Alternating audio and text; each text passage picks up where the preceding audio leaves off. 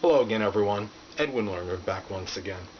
In this YouTube astrological segment, I'm going to be dissertating and talking about astrology and moving. Now, as far as moving goes, and if someone's trying to see when they may move and when it may happen, here are some indicators, at least what I believe in. Now, first thing I would look at are transits to the 3rd, 4th, and 9th house. Yes, I included the 3rd house because even though the 4th and the 9th houses are the ones that people generally look at in terms of moving, because the 4th rules the home and the 9th is like long distance traveling and possible trip to another country, which which can be a move. Now, 3rd house I look at because the 3rd house governs short journeys. Now, short journeys, I think that statement's a little ambiguous in my mind. I don't know what you people out there think of this. Now, a short journey generally, I think, means, okay, it's a quick sojourn or ephemeral stay somewhere. However, that's still a move. Now, as a short journey in terms of distance, though, I think it could, perhaps it pertains to this as well. A journey you may take which could include a move. It may not exclude a move completely, but it can be perhaps a transition from one place to another, and it may be at a short distance from where you originally lived at. At least that's what I think is possible, and you all can give me your feedback on this. Now, the third, if somebody has especially Uranus or Pluto transiting these houses, I think that could be very important, because Uranus is a planet of unanticipated change, and you look at Pluto is about transformation, but can be associated with upheaval as well. Now, if another thing to look at is that progress chart. If you have one or more planets in it that has in the 3rd, 4th, or 9th houses, I think that could be important as well as far as the progress chart can go. Now, another thing to look at, let's say you have your solar return chart, and that has at least one planet in the 3rd, 4th, or 9th houses, or some in all of them, or you may have some in 2 of them, or whatever. Any combination of at least one of those houses has a planet in it, then that could indicate perhaps a move, but I think it's more strongly connected with Uranus and Pluto more so than the other planets, but that is just my own belief on it. Now, let's say what happened was, I want to tell you something what happened with me when Uranus and Neptune were both transiting my 9th house in 1994. I wound up moving from New York to Nashville area, and I've been here for over 20 years. So that was a pretty big move. It was a pretty good distance. Now, it wasn't to another country, but it's still around, I think, around 850, 900 miles apart from each other. So it was a pretty good transition in terms of moving. Now, another indicator to look at in terms of moving could be the progressed sun, moon, or ascendant going into the sign of Cancer, the sign of Gemini, or the sign of Sagittarius, because Cancer is connected with 4th house and home, and Gemini is connected with the 3rd house, Mercury, the short journeys, and Sagittarius is associated with Jupiter and the 9th house with long distance traveling. So, interestingly enough, when my progressed ascendant went into Cancer in 2005, 2006 time period generally, I don't remember the precise date on that, I wound up moving 15 times since that time, and what happened was it actually initiated a homeless period or plight for me, which lasted for about 4 years, from 2006 to 2010. And I really believe that might have really played an integral role, at least, in me being Mr. Peripatetic during that period, and being homeless, because when it hits 0, 1 degree Cancer, to me that's fairly prominent. And I'm not saying for everybody, if it happens to them and they have their progressed ascendant, sun or moon, hit 0 to 1 degrees of Cancer or Gemini or Sagittarius. It doesn't necessarily mean they're going to become homeless, but it could be a really prominent type of change in a big period for that person in terms of maybe their living situation. And it may not always be good, but it may not always be bad at the same time. So anyway, now also another thing to look at, I think, when somebody may move, you can look at if you have, it doesn't necessarily have to be Uranus or Pluto.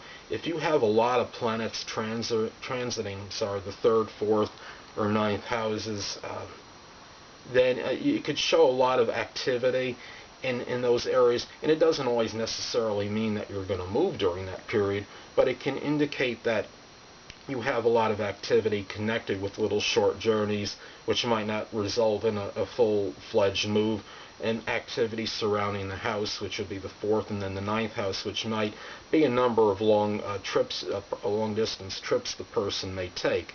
Now, if somebody has the signs of Cancer, Gemini, or Sagittarius prominent in their natal chart, it can indicate somebody that goes on the move for a good period and be very quote-unquote peripatetic and move around. While Cancer can have a lot of fluctuations in terms of their living situation, I believe.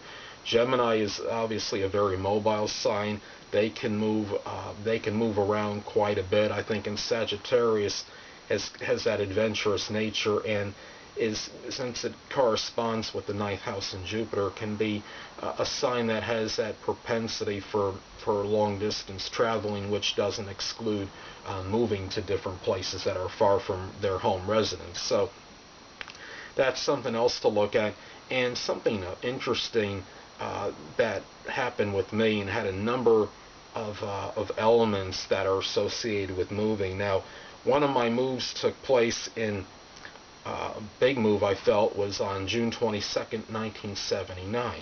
And at that time, the Sun was at 0 degrees Cancer. It conjoined my natal Mercury, and Mercury is associated with short journeys. So that is something that I thought was very interesting. My progressed ascendant was in Gemini as well, and also there was a I'm trying to see what else happened.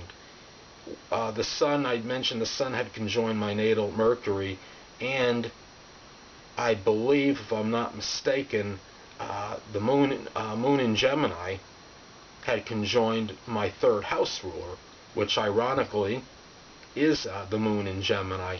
So that was another thing that happened. Also, transiting Jupiter was traversing my 4th house.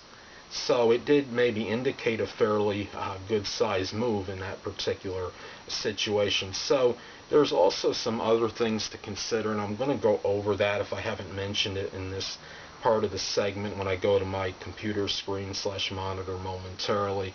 But also you can look at conjunctions from transiting planets to your 3rd, 4th, or 9th house ruler.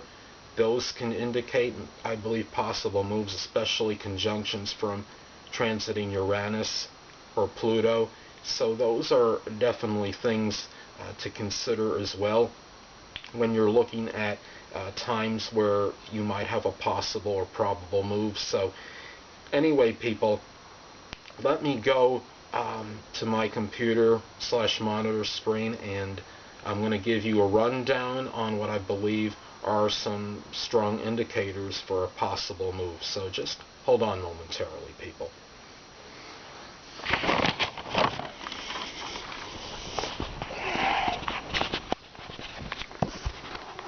Okay, people, here we go. Now, astrology indicators of moving. 1, transits to 4th house, general move, especially Uranus, Pluto involved.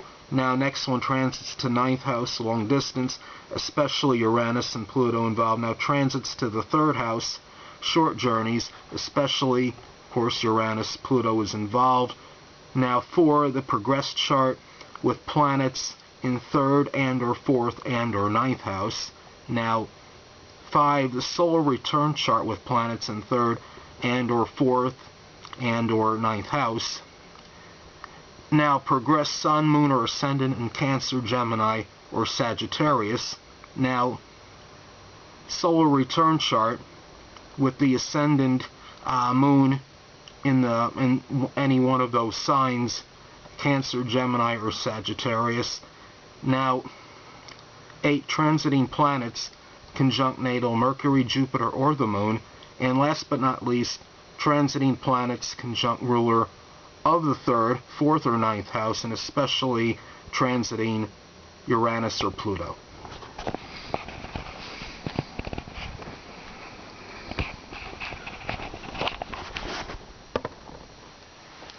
Well, people, that'll conclude this YouTube astrological segment for Astrology and Moving, and stay tuned next time, where I will be continuing my current series with whatever I'm doing, and forgot momentarily. But anyway, people, 2 things I want to get with you on before I head out. Firstly, the stars may impel but do not compel. And secondly, never isolate any single astrological element, aspect, planetary placement, position, configuration, influence, or what have you, and make an analysis of a person, astrologically speaking, based on this alone, because a person astrologically is the sum of all their components in their natal chart, and not just one. Till next time, people, stay well.